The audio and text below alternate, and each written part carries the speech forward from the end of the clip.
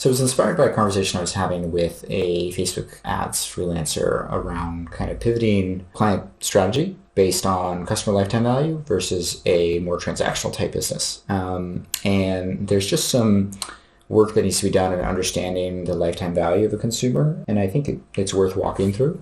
I'm going to go ahead and put basically all of the metrics out there, so bear with me. Reason being, I do think it's really useful as an advertiser to just understand how everything that you do from an advertising perspective, click-through rates, CPC, the volume you're eligible for, how that influences the downstream financials. And being able to understand how those two things relate will make you better at accomplishing whatever kind of the client's goals are. Change this to profit. So we're just going to go through a couple fake made up scenarios. So we'll just pretend that this particular business is a 45% margin. And then we'll look at a couple cases. So case one, case two, and let's say, I don't know, they're getting 10 million clicks, not a zero here, or impressions, excuse me, and a reasonable click-through rate, maybe 1.25%. Clicks is pretty straightforward. Impression times clicks gets us our impressions times click-through rate gets us our clicks. From a CPC perspective, let's call it 40 cents. And then cost is obviously just going to be that premium you're paying per click times the number of clicks. Maybe a normal conversion rate, 0.78, let's call it. So conversions is going to be that conversion rate times our number of clicks. And then maybe the average order value for this product is like $400. So we get 400 times our number of conversions to get our revenue. And then our ROAS, pretty straightforward, 7.8. Great return.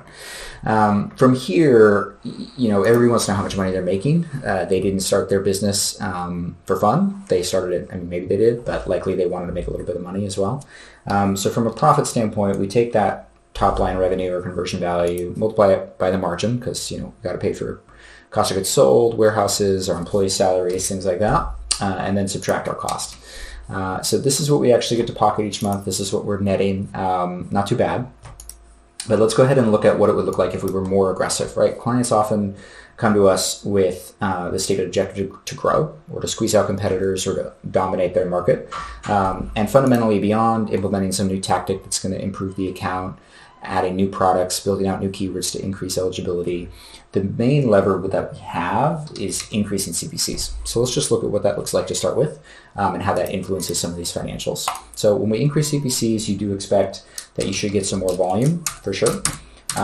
So we'll go ahead and add that volume here from 10 million to 11.5. As you increase CPCs, you should get better positions. So your click-through rate should come up just a bit. It's not a crazy difference, but the net of that should be quite a few more clicks. This is one thing, though, that does kind of lead to the famed or the infamous diminishing returns. Reason being, you're now paying 75 cents, not just for those additional, 14,000 and a half clicks that we're getting, 24,000 and a half. You're also paying 75 cents for the initial 125,000 that you used to pay for just a 40-cent premium. So obviously you're paying a lot more than you used to, and this is fundamentally going to drive down your efficiency. One thing that is nice, though, that offsets that just a bit is when you are in higher positions, for whatever reason, the users that tend to click on those ads do tend to have a little bit of a higher conversion rate.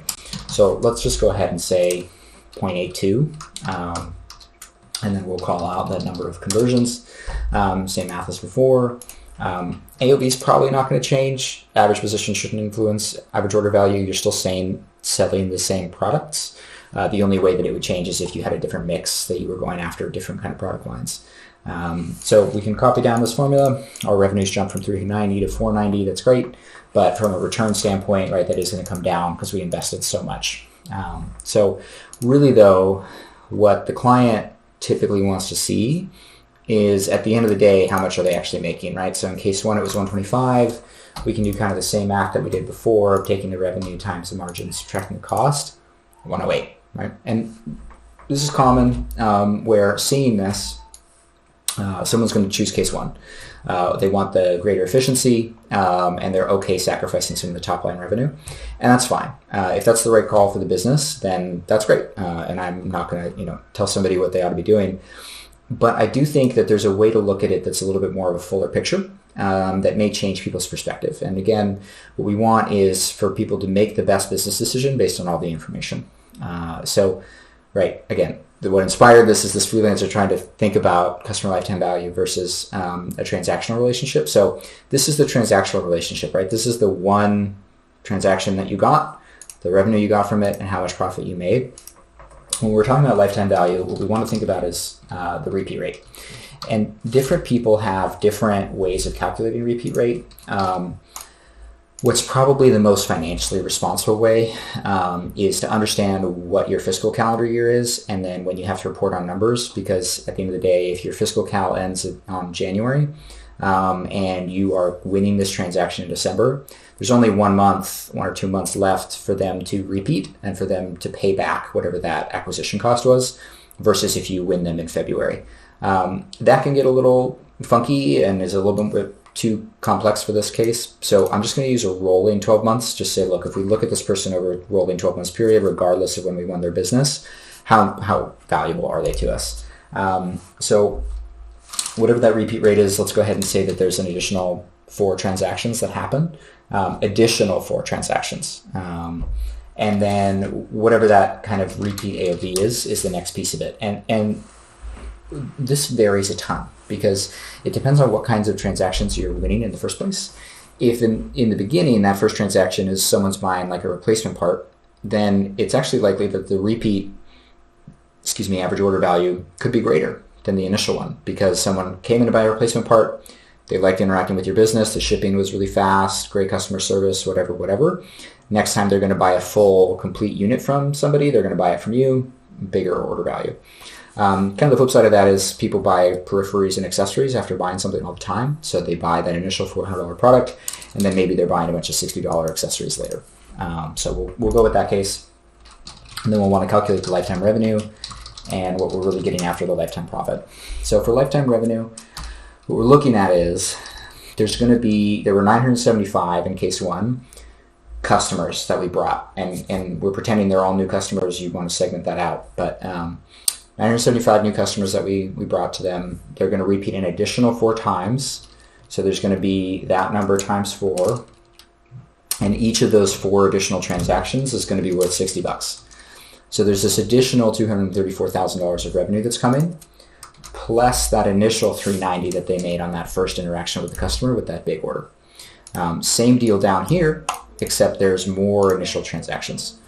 And then from here, we can do kind of our same profit calculation. We take the top line revenue, we multiply it by the margin, and we subtract our cost. And this is where our eyes pop open. And we realize that what was profitable from a transactional standpoint is maybe not profitable when we think about it from a customer relationship over their lifetime standpoint. And I'm not looking at attrition rates here. This is just kind of a sample case study or made-up situation. But I do think it's worth exploring this with someone that you're working with, talking to finance department or whoever you need to in order to make sure that you're making the right decision, whether $50,000 invested or $112,000 invested is the right call. Because fundamentally, as a consultant, that's what you're here to do. And so to my freelance Facebook marketing friend, this is the conversation you need to have, and you need to get some of these numbers. And then based on that, you'll be able to make a good call about what's right for the client's business. So thanks for listening. I love talking about this stuff. If you ever have any questions or want to walk through some numbers with me, feel free to shoot me a message. I'd love to connect. Thanks.